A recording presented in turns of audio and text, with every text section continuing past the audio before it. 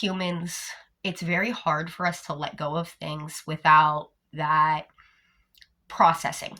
We know deep in our hearts that if we could just talk to the person and have an understanding of why they did that, it would be easier for us to handle the emotion. That's why it's important to play devil's advocate with yourself when you're in these emotional states, to try to understand the human experience.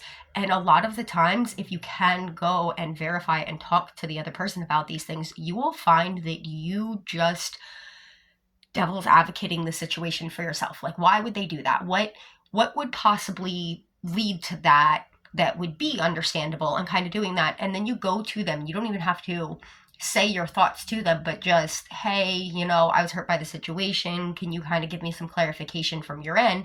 You'll often find that you're correct with your innocent assumptions of what was going on, because a lot of how we interact with each other, because we have such different perceptions of things and we do work so differently, we all too often, our takeaway from the situation is very misunderstood, or a miselaboration, or misunderstanding of the situation itself. So if you know about the neurodivergence and neurotypical and stuff, just the way the two operate in social situations give a lot of misunderstanding and stuff, because the two brains function differently and interpret things differently. So a lot of those situations can very easily be clarified by talking to each other. We have a lot of this idea that people are very defensive, and I have found that